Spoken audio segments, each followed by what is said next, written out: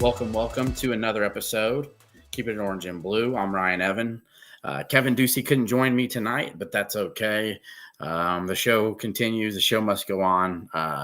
Kevin just a little under the weather tonight. And let me tell you, I know he's kicking himself because I told him who's joining the show tonight. And, he's salty. But I hope we all were able to enjoy the your Mother's Day. I know I spent some night tonight with my son's mother, Trisha, and we went out to eat with my mother for Mother's Day. Hopefully you guys got to spend great time with your mother. So anyway, wishing Mother's Day to all the mothers out there.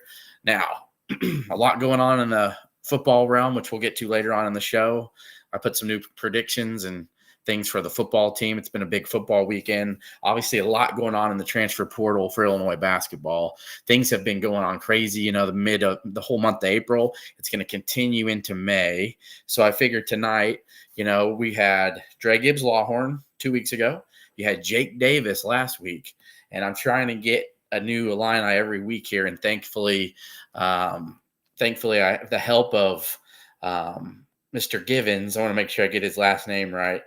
I think it's Justin Givens. Yeah. Jason Givens. There we go. Jason Givens at SCC, who'll be doing some work with signature signings with our next guest. And I'm pleased to have him, Ben Humrichous. Humrichous? Correct. Okay. Thanks for joining, man. Hey, thank you for having me. So during the whole process last month, once your name, kind of got into the Illini circles, no one could pronounce it. And I was just like, I'm going to get to the bottom of it. It's not Humrichous. It's not,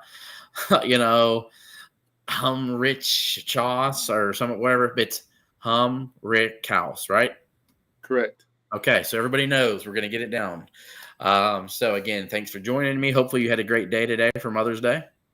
Absolutely. Got to spend a ton of time with Mom and the family. It was good Mother's Day.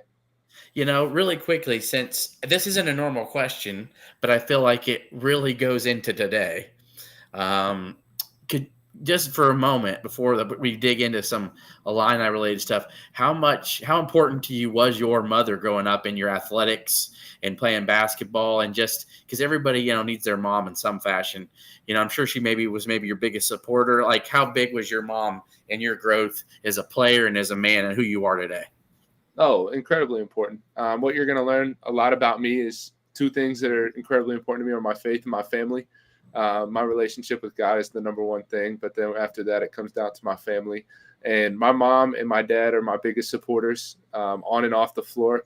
They want me to follow the Lord with everything that I have, but then after that, they want me to succeed in everything that I do for His glory.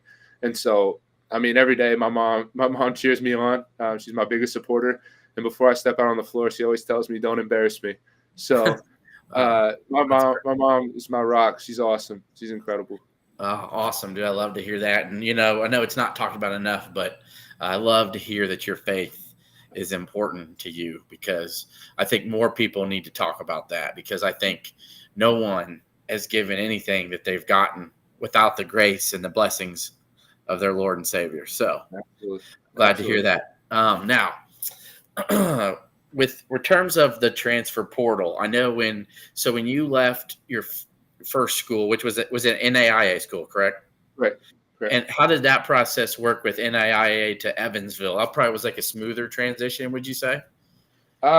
So when I went into the portal that year, it was kind of just a big leap of faith. I had the dream of playing Division I basketball, and we had scrimmaged Evansville in an exhibition game while I was at Huntington my third year there. And so I had some connections with the people there already.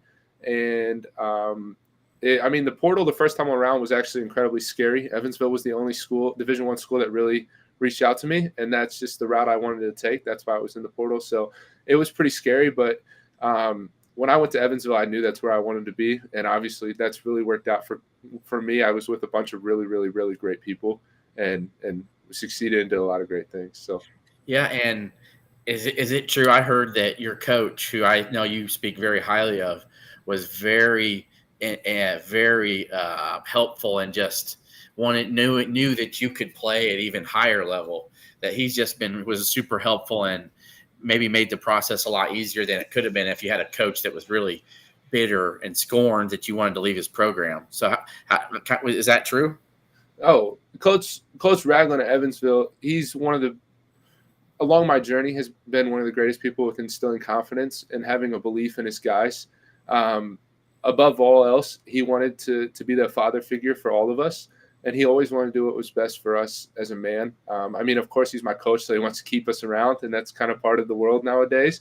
Yeah. But he wanted me to chase the dreams that I have. And so I highly respect Coach Ragland as a man and what he was doing. And there, at the end of the day, there weren't any hard feelings with any of the process.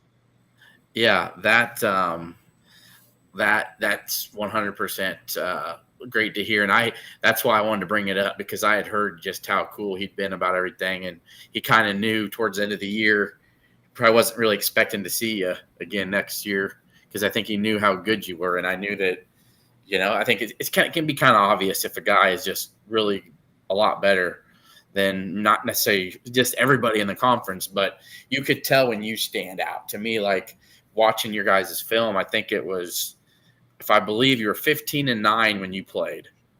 And when you weren't, I think you may have been like 2-9 or 2-7, something like that.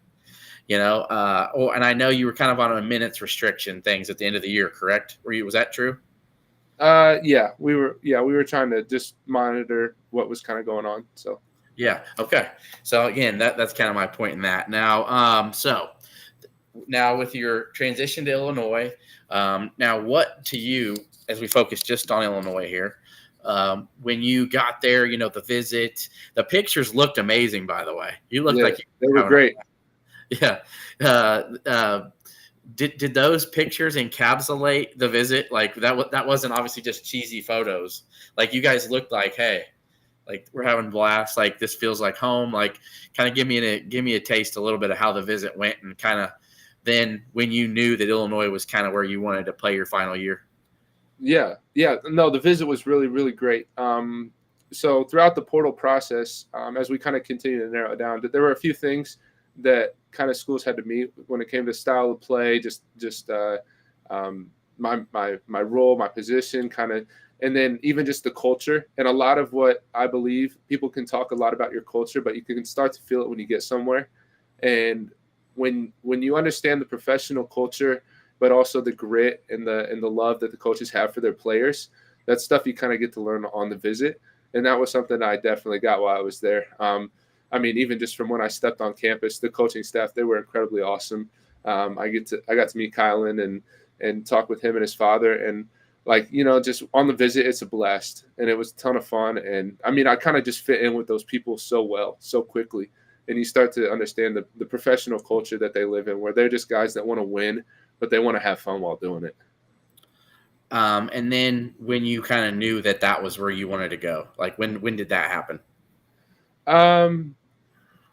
I mean, I walked away from the visit very excited with what the future with Illinois could be at that time. I mean, it was a really hard decision, just kind of coming down with a few schools that really offered really great opportunities when it came to basketball, when it came to being with the people. And I mean, I really knew the whole time that if I went to Illinois, that I could really succeed and really have a ton of fun. And we would do a lot of really great things. And I don't know if really when that moment hit, but I knew after the visit, walking away, that it could be really successful. Obviously, I saw you holding like the Big Ten, title, the picture. You getting to hold the trophy, and your first game next year, you're going to get to see them hang a banner. How inspirational is that kind of to kind of see like this is what I'm here for. This is why I came to Illinois. A good example would be Marcus Damask, who came from Southern. He kind of wanted to play in big games and matter. How was that, holding the trophy and knowing that you're part of a culture that they're getting rings and banners and cutting down nets? Like that has to be somewhat exciting. Oh, it was awesome. I mean, the photo shoot started, and the trophy was kind of sitting in the corner, kind of hiding a little bit. And you kind of catch it out of the corner of your eye, and you start to realize that, like, not everything about basketball is going for trophies.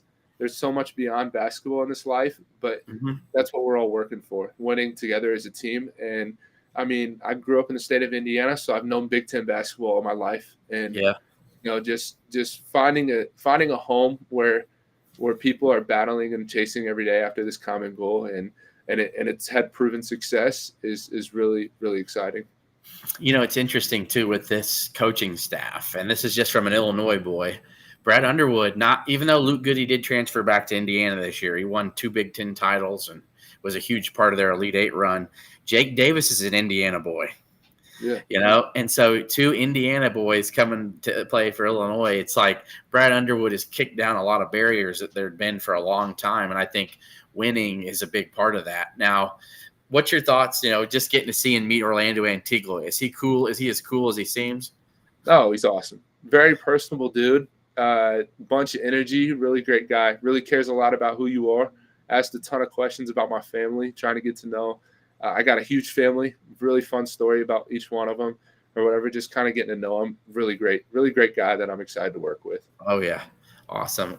So I have 1 or 2 more, but I'm going to get to some fan questions here. And a lot of people have a lot of faith in you. And I believe, a lot of guys think, you could be an all Big Ten player this year. And a lot of people are just chiming in saying that. Let's see here.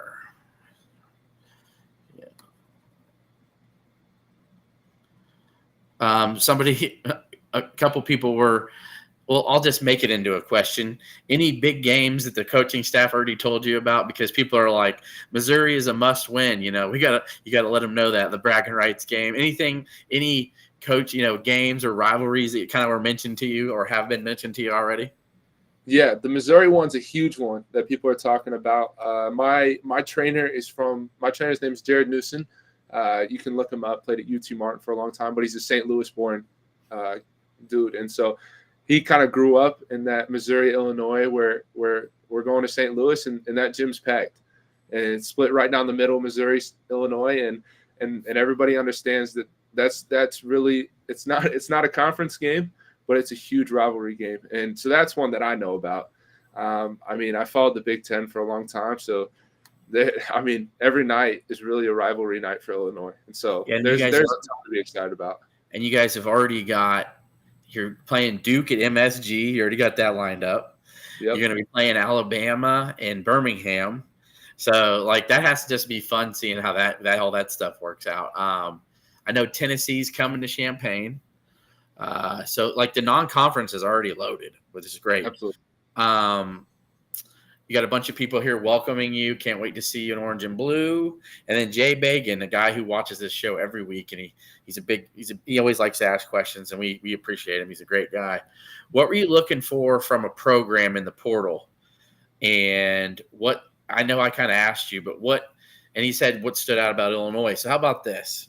We'll transfer that into kind of my last question, which is what did you like about Illinois' playing style and where they see you in it and how you think that can be successful to translate into NBA, opportunities next year for the draft combine and things like that. Obviously, in your basketball journey, I imagine those are the things you're wanting.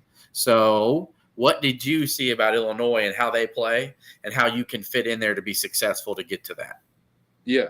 I don't want to be extremely long-winded. There's a ton of pieces to this, but yes, fine. My dream one day, by the glory and grace of God, is that I want to play in the NBA and I want to sustain a career there. And so when I look at a style of play, I want something that's going to put me in a position to resemble that of the NBA. And Illinois really has that with their pace, with their spacing, they just want guys that are basketball players. They want people that can dribble, pass, and shoot. Really just looking for just great basketball players that are going to work hard and play hard. And so when I looked at style of play, pace is a big one, 3-point usage percentage. That's something that people talk a ton about. I'm a big analytics guy, so I don't really need to be the nerd here.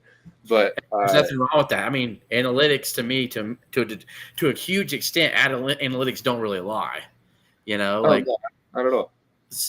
Continue. My apologies. No, all good. So when it comes down to that, when you watch the film, it's dudes that are working really, really hard. And so, my belief is that my biggest strength is my ability to shoot the ball. And so with their spacing, that's going to allow me to do that. Playing alongside a lot of really great players is really gonna help me show that. I mean, people talk a lot about offense. The way they guard is fun. The way that they put pressure on the ball, the way that they use such length and size is really fun. And I think it's going to continue to help me show some of my strengths as I look to the NBA. Awesome. Yeah, other than that, I think with, your teammates and the guys that Underwood he's wanting a lot of size in particular. Now, he used Coleman Hawkins a lot last year, 4, but played the 5. Are you one in certain situations you're okay to guard and play the 5? I'm going to do whatever they need me to do. Yep. I'm going to go out there and I'm going to play hard and hoop. So if they need me to go out there and play the 5, be big, strong, whatever. They play such a unique system that it's not like I'm getting landlocked under the rim. We're going to play with great pace, with great flow. And so, if Coach Underwood calls my name and says that's what I want you to do, I'm going to do it. So, just really quick before we get off, how are you? You feeling good? You about 100%? You feel good? Yeah, absolutely. Awesome. Yes, and you be getting to campus here in the next couple of weeks? I think that's what it seems like. Yeah. Awesome. Yeah, awesome, I'm doing the NBA process right now, going around and doing some workouts or whatever. But when that's up, it looks like I'll be on campus. Okay. Yeah, not trying to dig too personally, but I know that, in early June and stuff, I know they like to get the team together and all that. So with that said, though, enjoy your next couple of weeks of that process. And we're super excited to have you. And I'm glad that you joined the program and joined our show tonight, man. Thanks, Ben. Yes. Thank you for having me. I'm super excited about with Illinois. Awesome, dude. Appreciate you. We'll talk again soon, okay? I'll make sure. Yes. Thank you. I'll see you. All right, thanks. See ya. And just so everybody knows, you'll be able to see Ben Humrichous with Mr. Givens, Jason Givens. They're going to be doing some signings and autograph signings, and I know there'll be some different type of shirts. He'll probably have some merch, I bet, at some point. Yeah. So I know this. He'll be working. Jason Givens at SEC will be working on getting a meet and greet event set up this summer. So be sure to come support it. And when it's on the calendar, we'll definitely retweet it. So anybody who comes on the show, and we appreciate, Ben and everybody else who's come on, Dre Gibbs Lawhorn and Jake Davis. So, with that said, appreciate you, Jason. Thank you. And everybody who watched and asked questions, man. So that's why we do the show. Again, thanks, Ben. Enjoy the rest of your Mother's Day. So now we'll move on to you're going to do a little bit of ad-libbing now with me. And I know you guys used to probably watch these. I would talk by myself and ramble for 15, 20 minutes, and people kept listening, and I know sometimes podcasters say it's not best to always listen to just one voice for a long time, but Kevin, under the weather, I felt like we needed to continue on to go because there's just a lot going on right now. And with that said, in the transfer portal, I know the coaching staff is not done. They've been in Europe. I know that some of the staff was in Europe looking at different players, one from Lithuania, one from Spain, maybe a couple from Spain. One might be Lithuanian in Spain. One might be Russian in Spain. One might be Spanish in Spain. But I think from what I've been told that they're pivoting towards so the Igor Dimon Express didn't just derail because of the coaching staff. They basically, at the end of the day, it's more about when you set your sights on something and people keep moving the end goal farther and farther away when you've already met agreements and matched what's been said, you only have so long to get your team and your players. So you can't focus on someone for 3-4 weeks and then they keep moving the end game back. You're just setting yourself up for disappointment. So I got no problem with how it worked out with AJ Storr. You're not going to let a parent run or dictate your situation, and that's fine. Igor Demon may not have worked out or hoped like they did, but let's just be honest. They got Tomislav Ivicic. So that's not some, oh my gosh, they spent this time in Europe and didn't come away with anything. No, they came away with a guy who's probably going to be their starting five and splitting time with Merez Johnson next year. So not too shabby, because there was other Power 5 schools and Power 6 schools that wanted him. So don't know where Igor Demon's going to end up. I don't believe it's going to be BYU like a lot of people think. I do know Arkansas. It sounds like they got involved a little bit. Wouldn't shock me if other schools like Kansas got in there, but that's okay. So who would Illinois be setting their sights on now? Well, if you're in our Discord, you know Miles Kelly from Georgia Tech. I retweeted that last night too, just to give some people a little teaser. So if you're not on Discord or you're not on any pay sites or paywalls, you wouldn't know that. So, Miles Kelly, average over 14 points a game, shoots 36% from deep over the last couple of years. He was at 33% last year, but a lot of his threes are deep. They're like 22 to 25 footers. He's got real deep range. He's a pretty good free throw shooter. I would say decently athletic, but he's a guy who would plug in and start, immediately. He was Georgia Tech's best player, 6'6", again, deep range, good ball handler, had 8 20-point games last year and had a 36-point game as well. So remember, Georgia Tech had 2 or 3 huge wins last year. They beat North Carolina. They beat Duke. They had some huge wins, and some head-scratching losses. But they were a team that, beat a lot of really good teams. So he was a huge part of that. So Miles Kelly's a name to watch for at the 3. Also, the Lithuanian that I was talking about, who plays for the Barcelona U18 team, the amateur team. I think he's not getting paid, but I know he can play some pro ball over there as long as you're not getting paid to do it. So Kasparis Jakusionis, okay? He's 6'4", averaged 13 points, 4 rebounds, and 4 assists. He shoots it really well. Not a freak athlete, but a dude who, you would want on your team. Very high IQ, very good shooter, tough as nails. He's a Lithuanian. So, Sean, I don't believe Coleman's coming back to Illinois. So if he doesn't get drafted, then yes, he's going to play for someone else. A good friend, Kedrick Prince, thinks he's going to Arkansas. And, a lot of people are saying that he's going to think he could be going to North Carolina because they have some interest. But the answer is Coleman Hawkins will not be coming back to Illinois. So, yes, Kasparis Jakusionis and Miles Kelly. Those are 2 names. Also, there might be one more name in the portal that they're looking at and going after. And I can tell you, I was told it's not Jameer Watkins from Florida State. So, I know there's been talk from other people that would be who it is, or that could be a good fit. Well, I'm just telling you, there's a bunch of people who could be good fits. Doesn't mean it's happening. So, I want to clarify that. So they're going to get somebody really good, whether it's Miles Kelly, whether it's the Jakusionis, or rather it's Mongolian Mike. And Mongolian Mike is the San Francisco small forward who Illinois was in their top 3. Their bottom was in the top 3. And I know some fans are not really loving his numbers, his stats.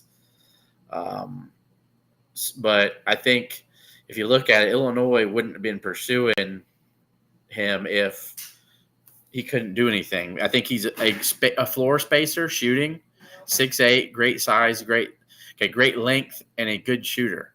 So you got a guy who's going to shoot 35%. He's averaging 2 or 3 assists a game. He's not going to be a guy who starts, but off the bench, I think he could add quite a bit. He was Coleman Hawkins' teammate at Prolific Prep. So his full name is Mike Sheriff Jamps. Okay. Averaged 8 points and 3 rebounds in 25 minutes at San Francisco. Had one of his best games against Minnesota last year. So again, not a guy that I would see starting, but just a nice piece. And I can tell you, he's a guy they could afford to add. Let's say they get Miles Kelly. This dude's not going to be a high-priced guy, but he's another piece you could bring in off the bench who can shoot the ball, who has nice size, and who's a good passer. And that's what this team's trying to do. They're trying to space the ball and have guys out there, 4 guys at all times who can shoot. And they would really like 5 guys that can shoot. Sometimes that won't be the case if Ty Rogers is out there, but they would like to have 4 guys that can shoot. So I think there's a good chance Illinois can land 2 of those 3 guys that I just named. And all those things are in the Discord. So that's really what's going on hot and heavy with hoops. I hope you guys would either retweet this or and subscribe on our YouTube channel. Just hit the subscribe button there at 200 columns, or just type Keepin in orange and blue on YouTube and subscribe. We appreciate that. And then some rate a review. Give us a review on Apple or Spotify and subscribe on there. So we appreciate that. All your time on here watching. Definitely hope you've retweeted this. Now I'm going to transition to football. And again, being long-winded and talking by myself for probably another 10 or 15 minutes. I wish I had a tip jar I could put in here for you guys. You could just throw some tips at me, So football. I feel stupid as heck that I did not put a crystal ball in for Terrence Brooks, because I was told he was committing yesterday evening. And I was just kind of like, I don't think he's going to do it the day he leaves. So I was just kind of waiting. I might have talked about it tonight and said like, hey, I'm putting a crystal ball in for Terrence Brooks. But man, he did it on Mother's Day. So I was impressed. I was excited for that, for the staff, for the Aaron Henry and that defense. When you're losing guys like Zach Toby and Elijah McCantos, you get a guy who started in a college football playoff game.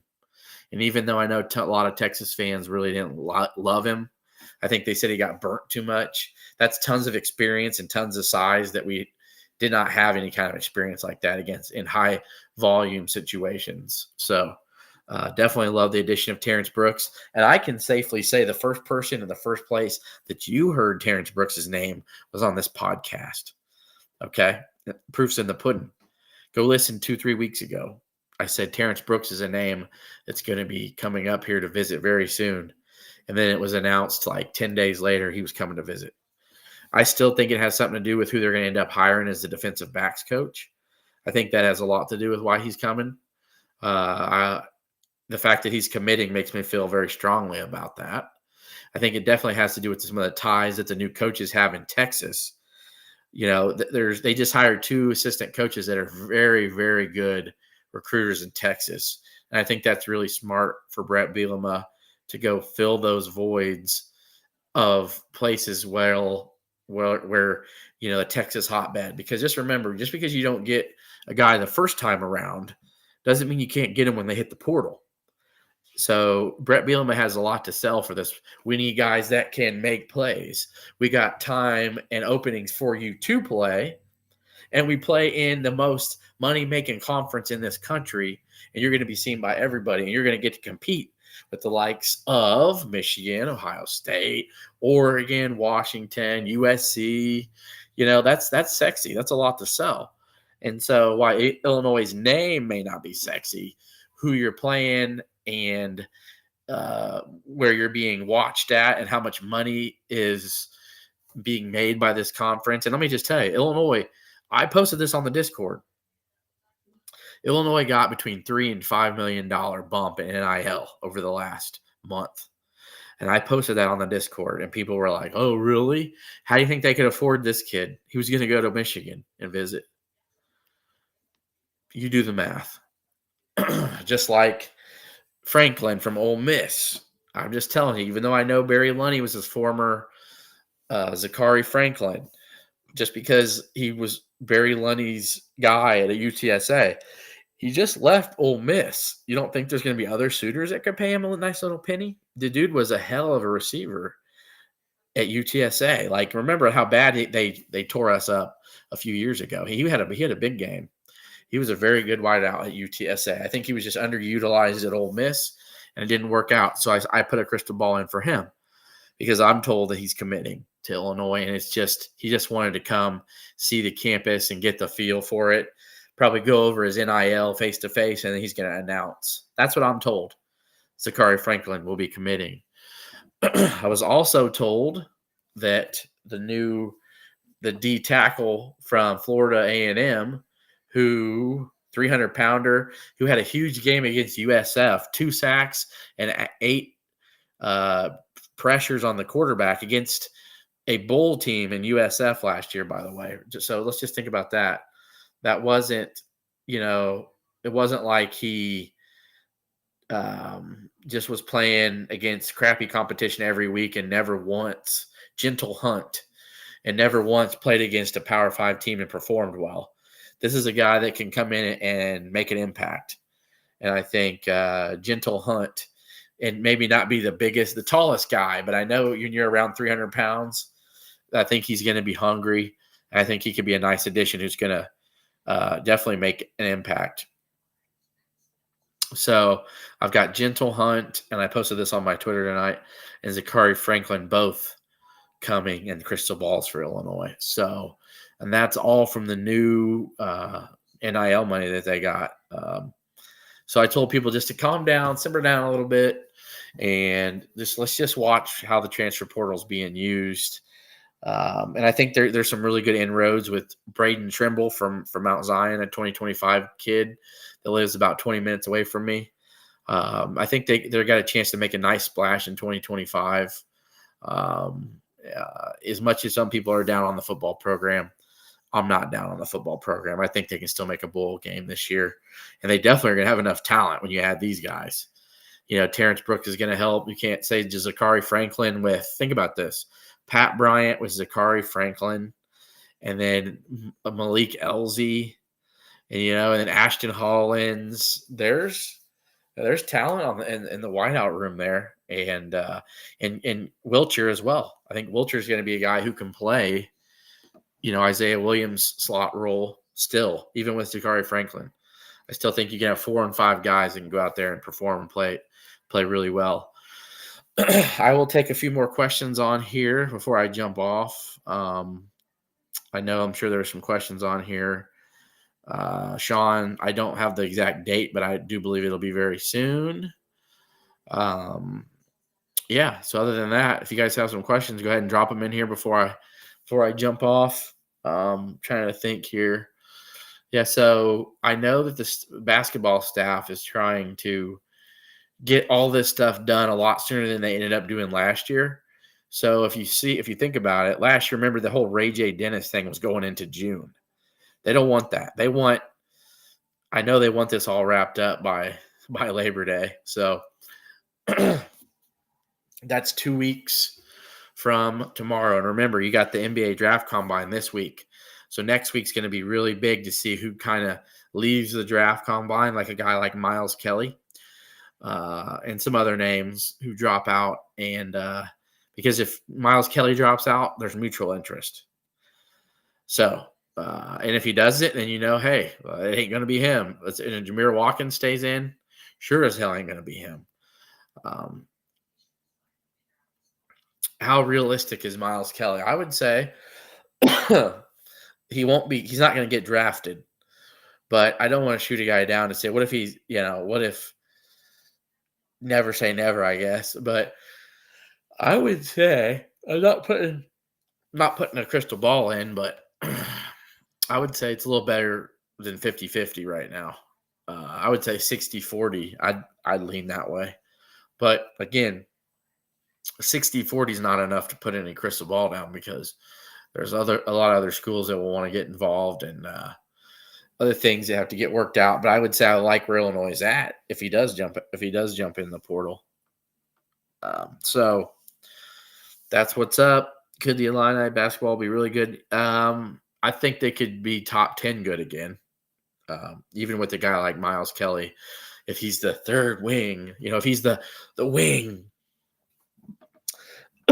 So I still think Illinois can be in the top 4 in the Big Ten and be a top 10 type team. I definitely believe in that. I think Ben Humrichous is going to be a lot better than many people think. I think he could be an all Big Ten guy. The Woogler, I think the Wooga Poplar ship has sailed, honestly, from everything I've heard. So I definitely think that's gone. But anyway, with that said, no more questions on here. I think I've covered really everything I could. My final thought. Marcus Hill has committed somewhere. Marcus Hill committed to North Carolina State, and Cardette Jr. is still committed to Providence. I was told that Illinois is not going after anybody who's committed anywhere. Okay, so if Cardette jumps out and decommits from Providence, I don't think that Illinois wouldn't try to kick the tires, right? But I've been told they're not talking or they're not touching anybody who's committed. They're not trying to roll like that. Brad doesn't want anything to do with that. I mean, it sucks for Johnny Newton that he is going to have surgery on his other foot the same way. But remember, we're not even to June yet. He's going to have plenty of time to be healed up for August. I think that injury is something that you can go. I think it's less than 33 months. So think about this. He'll have the second part of May, all of June, all of July, and all into August. I know that the season starts in September, but I think by camp he should be ready to go. I think he should be healed up. That's 10 weeks before August. So, but yeah, it stinks. Don't know, Sean. I don't think so. They definitely didn't put a timetable on him. So my final thought here, you guys, and again, wish Kevin well. Big Illinois baseball, 2 out of 3 from Iowa this weekend. Would have loved to sweep them and have a 2-game lead heading into West Lafayette next weekend. But think about this: if Illinois, I think, can win 2 or 3 in West Lafayette next week, they've assured them. I think they're pretty much assuring themselves of at least a tie of the Big Ten title, because remember, they took 2 out of 3 from Indiana, so they'll have the tiebreaker over Indiana. So, and they didn't play Nebraska. So I think with a 2-game lead over everybody not named Purdue or Indiana, if you can take 2 of 3 from Purdue, then you have the tiebreaker over Indiana and Purdue. So now if you lose 2 of 3 to Purdue, then it's a tie for the regular season Big Ten with Purdue. Now, I'm not sure if they would call that a tiebreaker or not, if it is just head-to-head. Let's say 3 teams tie. Then Illinois took 2 or 3 from Indiana. Illinois lost 2 or 3 to Purdue. Then what? And what if Indiana took 2 of 3 from Purdue? You know what I'm saying? Then it's like each team got the better of another. And is there a 3-way tie for the regular season title? I just know this. If Illinois wins 1 game next week, they're putting themselves in a good spot. But if you win 2, I think that pretty much is going to guarantee them at least a tie or a share of the regular season. You win 3, and it's a guarantee they're going to hold. You sweep Purdue next weekend. Not only if you sweep Purdue next weekend, I think you're locking yourself into a NCAA tournament berth. But if you win 2 of 3, I think you're giving yourself a great chance for an NCAA tournament berth. I feel like it'd be hard to keep them out, especially if you're the regular season Big Ten champ of the Big Ten baseball conference. So, sorry, Jim. We're not able to. You'll be able to watch the replay. Don't believe $2 million offer from BYU is actually legit. Feel free to retweet this. Check it out, the replay, when you subscribe on the YouTube at 200 Columns. Just type in Keepin' It Orange and Blue on YouTube. And I still think Terrence Shannon Jr. will become and find himself innocent. Will be found innocent next month before the draft, which I love. I think he's going to perform very well in the combine. And I'm going to be honest, the only thing I can tell you about his case is when any DNA comes back and it's not something that they can prove is any of his DNA, looks like that's what's going to be part of the case. You can't convict a man of a he said, she said case when there is no actual proof of it, because that's what it looks like. And now if his DNA was found with her, then that'd be hard to argue. But remember, shadow of a doubt, and everyone has to agree. I feel like Terrence Shannon Jr. has 4 more weeks, but he's going to be found not guilty. And yes, I do believe he'll be a first-round draft pick. With that said, we appreciate you. Thanks for following along, subscribing. Go Illini baseball next weekend in Purdue. We'll talk soon. And I think you'll be seeing a couple more football commits here very, very soon. And remember, join the Discord. Okay. I'm going to post a link on this after the show. You hear a lot of stuff you haven't heard other places, and it's free. Swap me out.